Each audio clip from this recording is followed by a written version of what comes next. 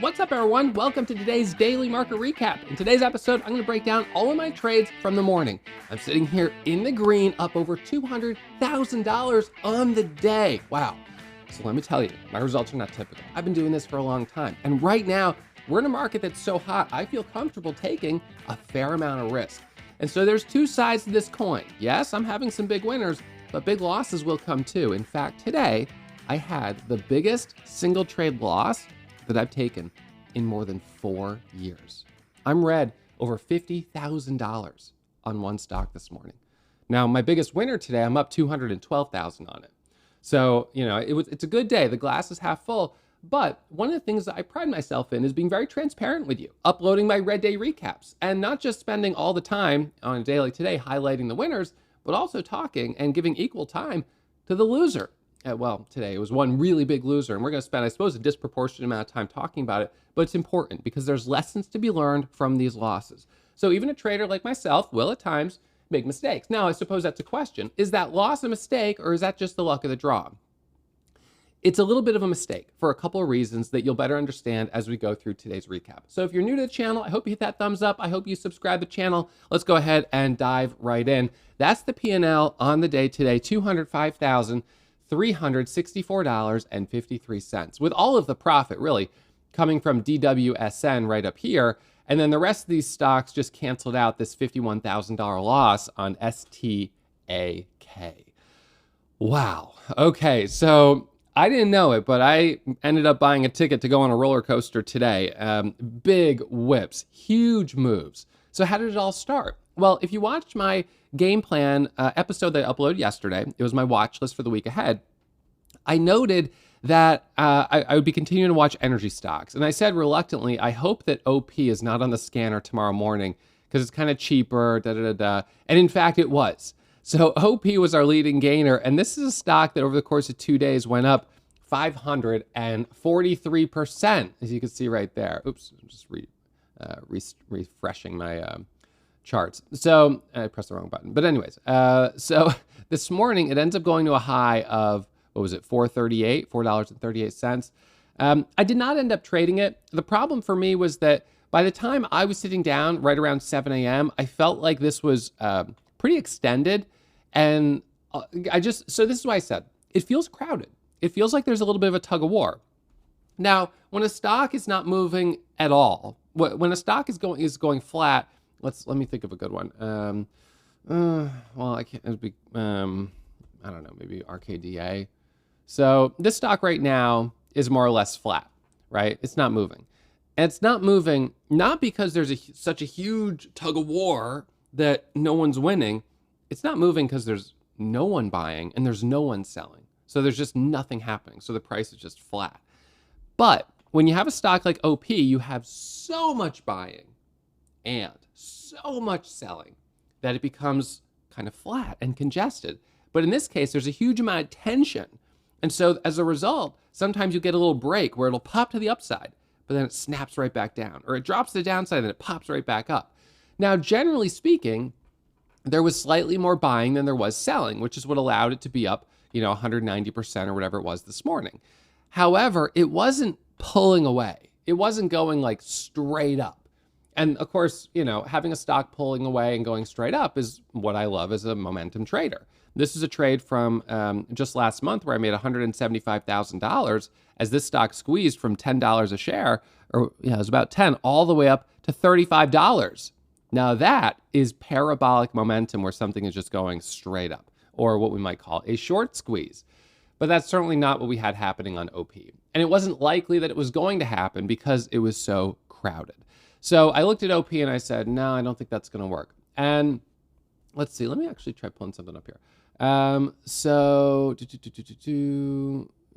this is going to be, I'm going to do top gappers. So what am I looking for? Top gappers right here for today. Actually, yeah, right. That's what I was looking for. So OP was up 71%. And then we had TMDE down here.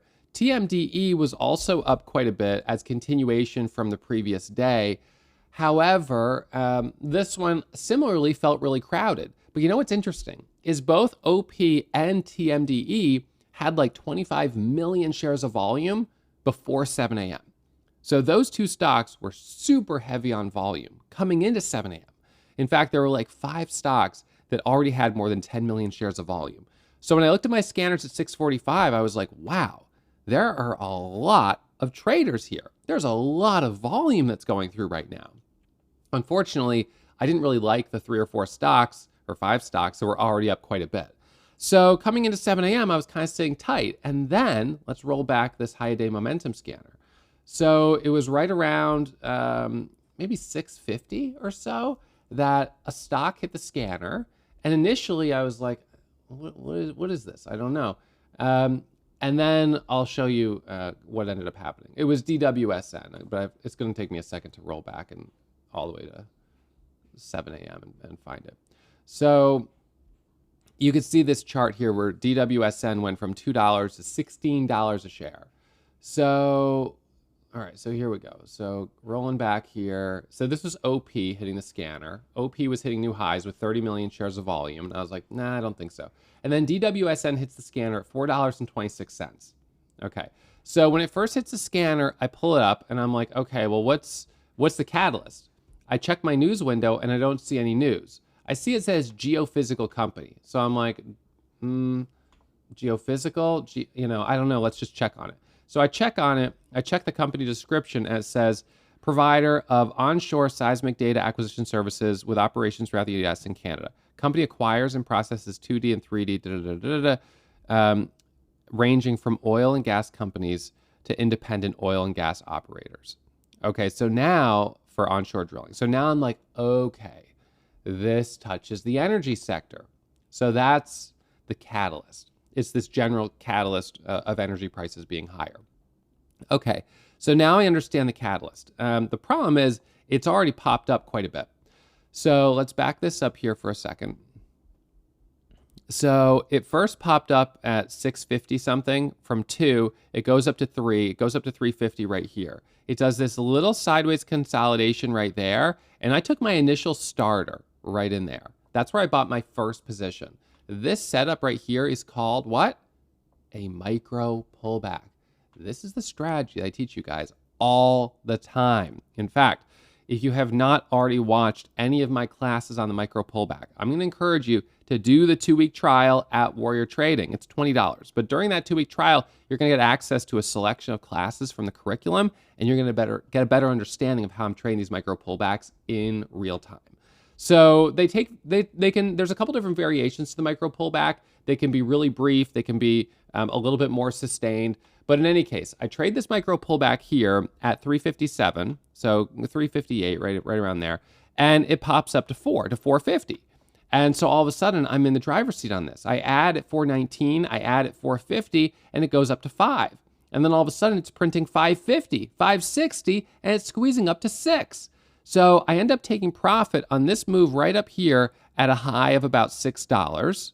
So this was a really nice trade. I broke the ice. This wasn't like a massive winner. It then dips down. It comes back up, kind of a double top. So I was like, that's slightly higher volume on the selling candle of the first one and the second one. So I was a little nervous. It drops back down and it holds 550. And so I perceived 550 to be a level of psychological support right there.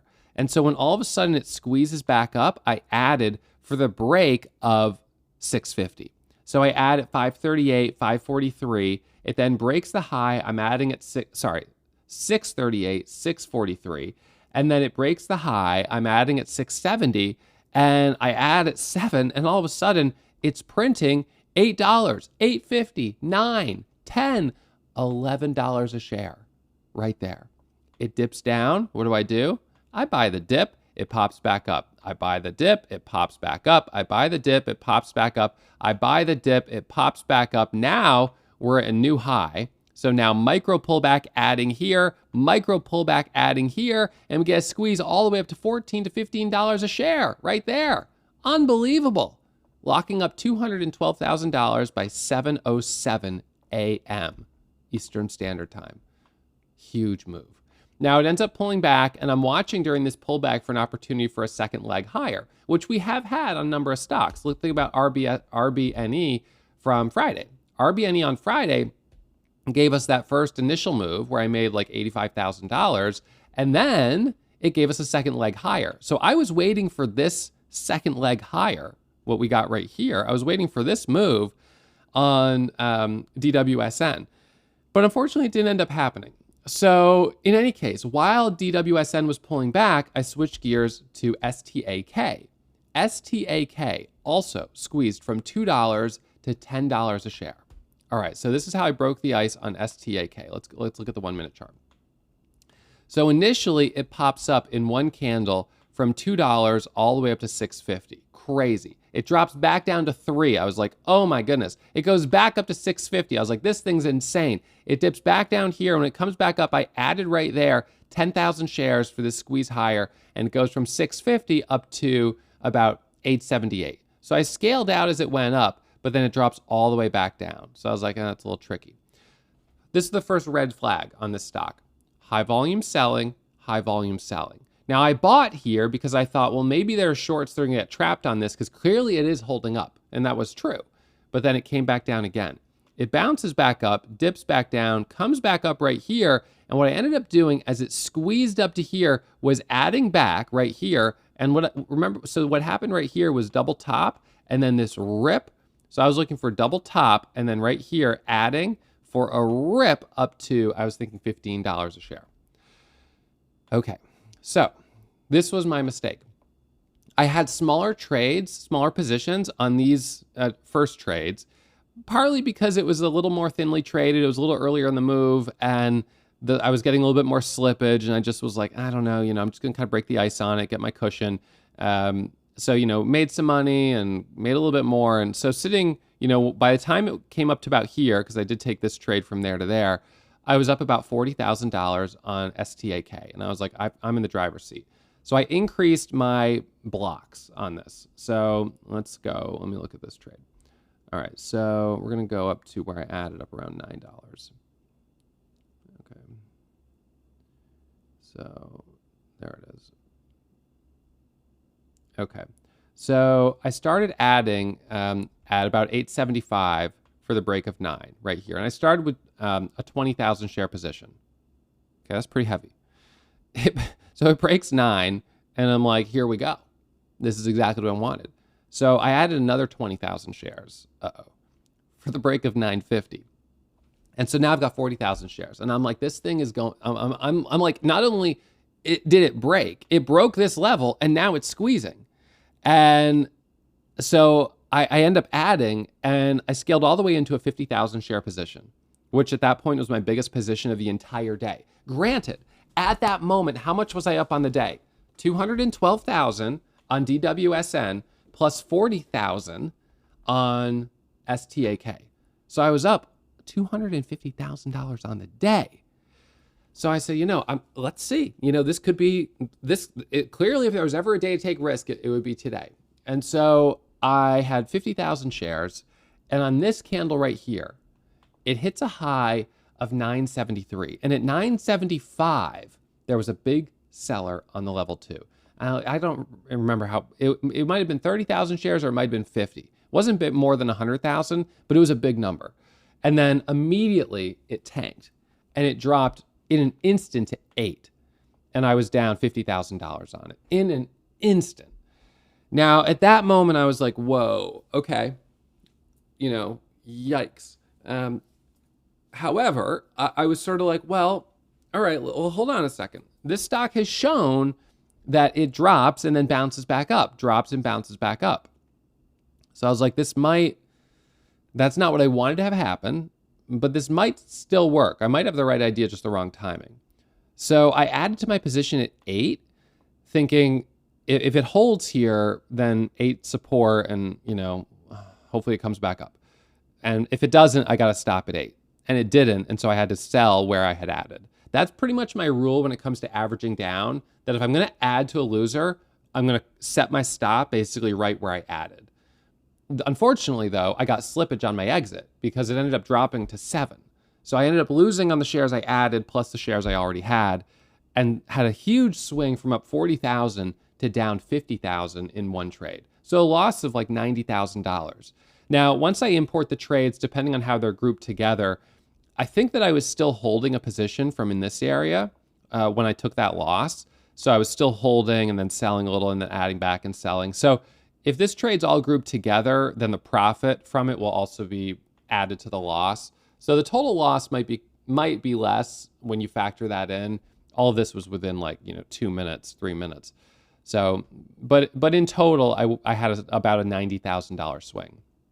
And so I went from 250 on the day to 155,000 on the day. And at that point I was like, okay, obviously that's a huge loss. I'm still up 155,000 on the day. I'd say that's still a pretty solid day. What do I do now? And this was like 7:28, right? It's still really early in the morning. So I'm like, do I stop here? Do I keep trading? What do I do? And so I did take a break for a few minutes. I just kind of grabbed a drink of water. I was like, all right, let's just take a breath for a second. This also might be like, such a big rejection that it kills momentum on other stocks. I wasn't sure, but then we did end up getting other stocks that started to pop up. So after that big loss on STAK, I took my next trade on LSE. And LSE, I'm only up $842 on it, so it's not a big winner. But we did get a couple trades on this one. So this squeezed up here initially, then it pulled back and it came back up and broke right here. I got a nice trade right there on that break of 10 for the pop up to 1208. So again, smaller trade, not a big winner, but can't complain. BRN, this is a stock that popped up. I got a couple trades on this one. So was looking for the break of $3. This did a little micro pullback there, popped up over 3, got out, got profit, didn't get back in. I was like, that's it. Came back up again to 3, but didn't take the second trade because it needed to break that double top and it couldn't. So I made 3,900 on BRN. So I was like, all right, that's good. These are, small kind of base hits. They're not a lot, but, all right. And then we had SRM, and that was at about 8:30. So SRM pops up, and to be honest, I was like, it's a crypto catalyst. I don't think this is going to work super well. However, it did. And the thing with SRM is that it's a blue sky setup. So all-time highs were up here around $6. So as it started squeezing up, we sort of knew like this was a potential for all-time highs, and we did end up getting it. So the way I traded this was initially I was like, all right, I've got to be a little cautious. Is this thing going to work? But when it started to squeeze, I bought the micro pullback. So there were a couple micro pullbacks on it. First one was right here, which was really clean. And then there was another one right here. So I traded those micro pullbacks and I traded this one as well. I was hoping it would keep going through 6, but it stalled out right there at about 6. It drops back down, did a dip off 5, bounces back up, goes to 450, did a dip off 450, comes back up to 5, holds over 5, a little trade up to 540, back down to 450, but it's holding support, curls back up to 560. So I got a few trades on it in this area, a little rejection in that area, dips down, and then later, closer to the open, we got another rally back up. So in total, I made $27,000 on it, which is pretty solid. So at that point, I started kind of telling myself, look, walk away today with at least 155. That's kind of your, low point after that loss. But let's see what you can do. And so I chipped away. I made back in total about half the loss, right? Because I'm at 205. So I made back about half of the loss on STAK, on SRM, and then on all of these really. And SVRE. SVRE came up on the scanners. Initially, also wasn't really sure about it. Sort of popped up, pulled back, was like, I don't know, same kind of choppiness, popping, pulling back. And then right here, micro pullback, right under the high a day. And I took that trade for a squeeze from 5 to 660. Little micro pullback there as well. So trading the micro pullbacks on the most obvious stocks at any given moment paid really well today. However, we're going to look at some of these charts and see that these didn't all hold their move. Some of them have, but some of them have not. Separately, RGC, Chinese stock. This is crazy. Like this is the stock that just keeps going higher and higher and higher. So this stock went from basically $4 a share to $1,000. And then they surprised everyone by doing a traditional stock split. This is like classic. What does the stock split do? So all of a sudden now the stock split changes the price, but the stock has light volume. And now you all of a sudden have this epic squeeze. So this thing ends up halting like 5 times in a row going up. And at this lower price, it's more attractive to regular traders, which is why today we have higher volume on it than we've had in weeks. So more liquidity, right? More volume, more liquidity. That's what they want. So RGC, kind of crazy, but no trades on that for me, a little too risky. And STAK, by the way, Chinese company. So, there was some risk on that. I probably should have been a little bit more cautious on it, but at the same time, taking these kind of risks is how I'm sitting up, as well. Coming into today, I was sitting at $650,000 on the month. So now I'm at $855,000 on the month. This is crazy. This market is unbelievable. So last month in May, I finished at 951, and I set the goal for June at $1 million. So I'm $150,000 away from that goal. In other words, I'm one good day away from that goal, potentially one good trade away from that goal.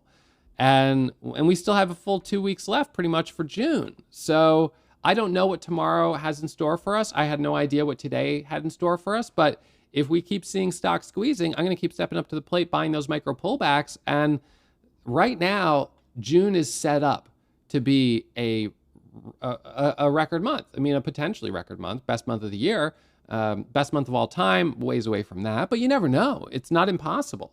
So, this is the thing. When the market is hot and we see these big moves, this is the time when seasoned traders can do really well. You could take more size because there's more liquidity, and then there's bigger swings, bigger volatility, and that means more profit. However, the other side of that coin is that it's easy to get on the wrong side of a trade and take an outsized loss, as I did today. And, if that was my first trade of the day, I would be well below my max loss on my first trade, and that would be pretty scary. So I've got to be thoughtful about not sizing up too heavy, until I've got a big cushion. But if I get a really big cushion on the day, then that's a place where I could take some risk because, all of a sudden, what we know is that often when there's one stock that makes a big move, there's 2 or 3 others that do similar moves. It's sympathy momentum. And so I just got in on this. It was just sort of, I made money on it. And then I took this sort of huge trade at the high of day thinking it was going to explode. Yes, it was blue sky and I had good reason for that thinking, but it just didn't. And that's just the luck of the draw. Sometimes they won't. And it's not your fault. It's just, that's the way it goes. You're not going to be right 100% of the time. Nobody will be. So my problem was my risk was disproportionate and my loss was too big on that relative to what my winners were. All right. So something to be thoughtful of, but I'm still finishing the day in really good shape. And I feel like this is a fantastic start to the week. So I'm looking forward to, being back at it tomorrow morning. Now, I guess we could note, interestingly, the first Monday of the week, first Monday of the month was humongous, unbelievable. And then Tuesday was a little slower, and the week kind of tapered out. But then last Monday started kind of slow, right? I was red. And then, green on Tuesday, but then Wednesday and Thursday were kind of tricky. And then Friday, crazy, which was from this energy catalyst. So now Monday, continuing the energy catalyst, but how many more small cap energy stocks do we have? I don't know. I mean, wasn't really familiar with a couple of these until today, but at this point, I don't even know what to expect for tomorrow. I really don't. But I'm going to show up. I'll be streaming 7 a.m. as always for members at Warrior Trading, and for those of you guys doing the 2-week trial, and hopefully we see some more good action. So if we've got a nice scan with some stocks gapping up, that'll tell me the sentiment is still strong. And then it's just a question of me waiting to find the right setup, a stock that meets all 5 pillars of stock selection and with a nice candlestick chart. So Again, those of you guys that haven't watched some of my full-length episodes here on YouTube, I'll put links to them there and there, so check them out. A reminder as always, trading is risky, easy come, easy go. My results aren't typical. Please manage your risk and always practice in a simulator before putting real money on the line.